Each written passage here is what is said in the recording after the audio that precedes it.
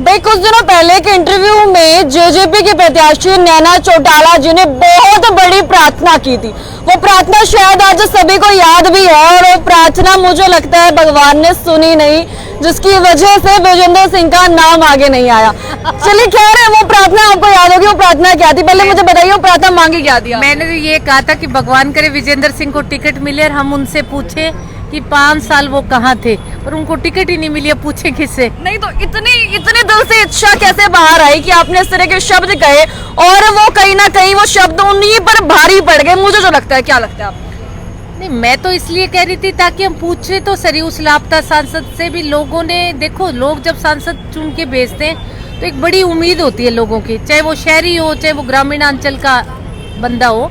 उनको ये लगता है कि हम इसको सांसद बनाने, हमारे ये काम जो है हम सांसद से करवाएंगे, पर वो तो लोगों के बीच में आया ही नहीं। अब उससे क्या तो पूछे, क्योंकि उसको टिकट ही नहीं मिली। चलिए वो तो नहीं मिली, उसके लिए ना हम कुछ कह सकते हैं, ना आप कुछ कह सकती है, ना आम जनता कुछ कह सकती है। लेकिन जब अब टिकट मिल गई है जेपी को, तो क्या लगता है चुनावी दौड़ किस तरीके की लगने वाली है? देखो, मैं तो मेरी बात करूंगी, मैं ना जेपी की करूंगी ना मैं रणजीत जी की करूंगी। मैं तो मेरे लिए मैं कहती हूँ slow and steady wins the race. मैं तो ये तो कछुओं की तरह उछल रहे हैं, मैं तो एक टर्टल की तरह ना वो खरगोश की तरह उछल रहे हैं। मैं कछुए की तरह धीरे धीरे चल के और ये इलेक्शन जीतूंगी, बीच में से निकलूंगी इनके। क्या बात है। चलिए नैना मैम, मुझे एक बात और बताइए।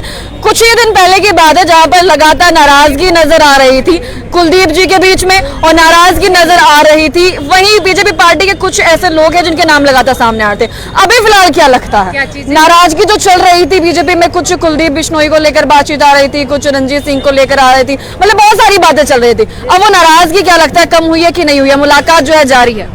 देखो, बीजेपी का मैं क्यों पक्ष रखूंगी? अगर उनकी आपस की नाराजगी है तो उनका खुद का काम है, वो दूर करेंगे।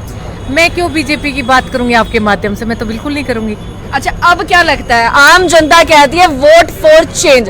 अगर अब हम वोट करेंगे तो वो चेंज के लिए करेंगे, अगर बदलाव के लिए करेंगे तो वो बदलाव नैना चौटाला किस तरीके से लेकर आ सकती है? मैं तो देखो बार बार ये बात कहती हूँ कि नैना चौटाला कोई नई तो है नहीं, दुष्यंत चौटाला की माँ है। आप लोगों ने दुष्यंत का काम बहुत अच्छी तरह देखा है। उसने अपने सांसद का जो 5 साल का पीरियड था उसमें अनेकों कार्य ऐसे किए जो आज विपक्ष भी बोलता है। जब हम गांव में जाते हैं तो गांव के लोग कहते हैं ढाणियों में लाइट वाले लेके आने वाला कौन है? दुष्यंत चौटाला। एक चीज की शुरुआत करनी बहुत मुश्किल होती है, उसने शुरुआत करी है। अगर गाँव में वाटर टैंकर देखते हैं तो कहते हैं किसी भी बांटे।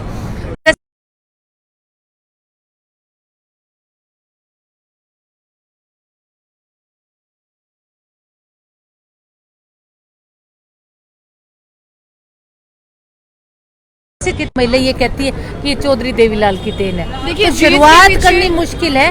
दुष्यंत ने बहुत अच्छे कार्यों की शुरुआत की, जनता याद ही रखेगी। जीत के पीछे जरूरी होती है कि हर कोई वजह हो या फिर कोई लक्ष्य हो जिसको आप लेकर चलना चाहती हैं। क्या आप एक महिला होने के नाते ऐसा कुछ करना चाहती है, दिखाना चाहती है आम जनता को, इस पूरे हरियाणा को या इस पूरे हिसार को, कि हम जो है महिलाएं अब किसी से पीछे नहीं रही? क्या चाहती क्या है? महिलाएं तो वैसे भी आज के समय में जो 21वीं सदी का समय है, महिलाएं पुरुषों के बिल्कुल बराबर कंधे से कंधा मिलाकर चल रही, चाहे वो घर हो, चाहे वो मार्केट हो, चाहे वो बाहर की जगह हो। अगर बात संसद की करें तो मैं बार बार एक अपील कर रही हूँ कि जब से हरियाणा बना है तब से लेकर अब तक हिसार लोकसभा क्षेत्र ने कभी किसी महिला को संसद में नहीं भेजा। पहला मौका है, और मैं बार बार आपके माध्यम से भी ये अपील करूंगी कि पहला मौका है, आप किसी महिला को संसद भेज के तो देखो, उसका कार्यकाल तो देखो एक बार। एक भी पुरुष में काम करने के तरीके में और महिला के तरीके में कितना फर्क है। अनेकों योजनाएं हैं सेंटर में महिलाओं से रिलेटेड, जिनका आज तक जितने भी पुरुष आए किसी ने काम नहीं किया उनके ऊपर। तो मैं कहती हूँ एक बार भेज के देखो, हम उन योजनाओं का, केंद्र की योजनाओं का लाभ लेंगे, घर बैठे महिलाओं को काम देने का काम करेंगे। क्योंकि सेल्फ हेल्प ग्रुप जो है, दुष्यंत ने भी बहुत काम किया इसके ऊपर, पर मैं कहती हूँ शायद एक महिला जो है वो ज्यादा काम करेगी। छोटे छोटे उद्योग है जब महिलाओं के लगा सकते हैं। मैंने मेरे क्षेत्र जो जहाँ से मैं एमएलए हूँ, मैंने दोनों जगह बहुत सिलाई सेंटर्स खोले हैं। तो सेंट्रल गवर्नमेंट अगर हमें पैसा देगी तो खोलने में हमें क्या बुराई है? गाँव में घर घर तक महिलाओं को सिलाई सिखाने का काम करेंगे। दरी बनाना है, अचार डालना है। आज महिलाएं जो हैं वो सूरजकुंड मेले में जाके जब हम देखते हैं तो मैं तो अभी पीछे मेला देखने गई थी, मुझे इतनी खुशी हुई कि हमारे हरियाणा के कल्चर को महिलाएं जो है वो प्रमोट कर रही है वहाँ बैठ के, चाहे वो दामन हो, चाहे वो चुंदड़ी हो, चाहे वो पंखा हो।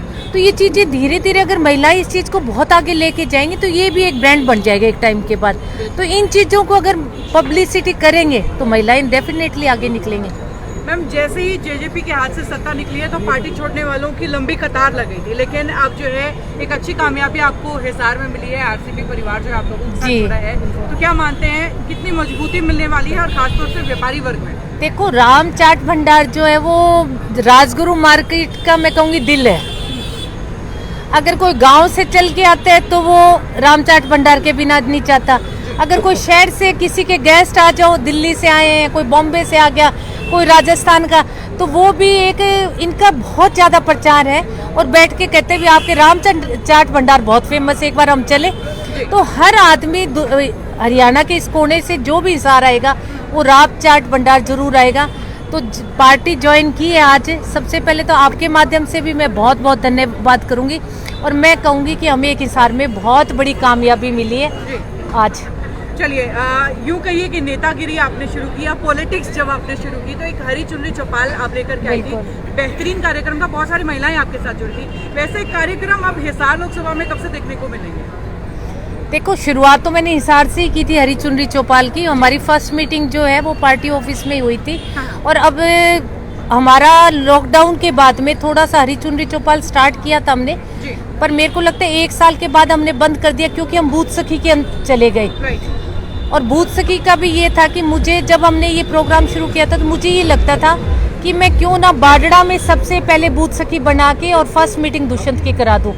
तो वो बूथ सखी लग इजी रहा था, पर मुझे 6 मंथ लगे बूथ सखी बनाने में। फिर हमने और गांव में बूथ सखी बनाई और फिर मीटिंग्स वगैरह दुष्यंत की स्टार्ट की, तो हमारा 1.5 साल तो इस बूथ सखी में निकल गया। अब इलेक्शंस के बाद में हम दोबारा हरी चुनरी चौपाल शुरू करेंगे। चलिए, अब जो है नॉमिनेशन फाइल करने का टाइम आ गया है। किस तारीख को जा रहे हैं नॉमिनेशन फाइल? मैं तो 6 को नॉमिनेशन भरूंगी। ठीक है, 6 तारीख को आप? हाँ जी, बिल्कुल। और मार्जिन क्या मान रही है जीत का? मैं तो अभी इनको कह के हटी हूँ कि मैंने कहा देखो, कांग्रेस और बीजेपी जो है वो खरगोश की तरह उछल रहे हैं। हाँ। वो लंबी लंबी छलांग मारेंगे, पर मैं बीच में से कछुए की तरह धीरे धीरे चल के निकलूंगी और उनसे आगे निकल जाऊंगी। जयप्रकाश जेपी जी से कल बात हो रही थी तो उन्होंने कहा कि वो देवीलाल के चेले कभी नहीं रहे हैं। उन्होंने साफ साफ मना कर दिया है कि चौटाला परिवार या देवीलाल परिवार के साथ उनका नाम न जोड़ दिया जाए।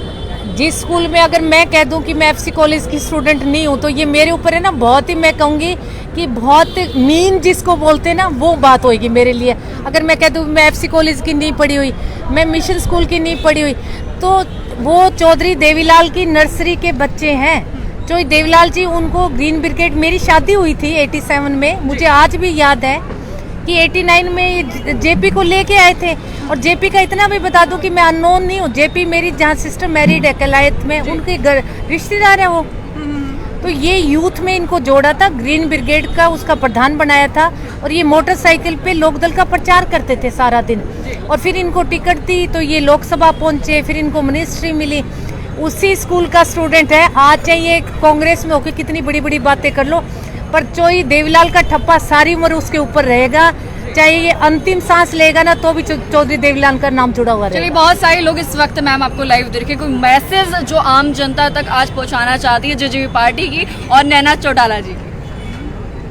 प्रतिभा, आपके माध्यम से मैं लोगों से कहूंगी, बार बार एक अपील कर रही हूँ कि आपने हमेशा पुरुष सांसद चुन के लोकसभा में भेजा है। इस बारी इस महिला को, नैना सिंह चौटाला को, जेजेपी मेरी पार्टी है, चुनाव चिन्ह मेरा चाबी है, प्लीज इस चाबी को एक बारी संसद का ताला खोलने का काम करो, उस कुर्सी पर बिठाने का काम करो।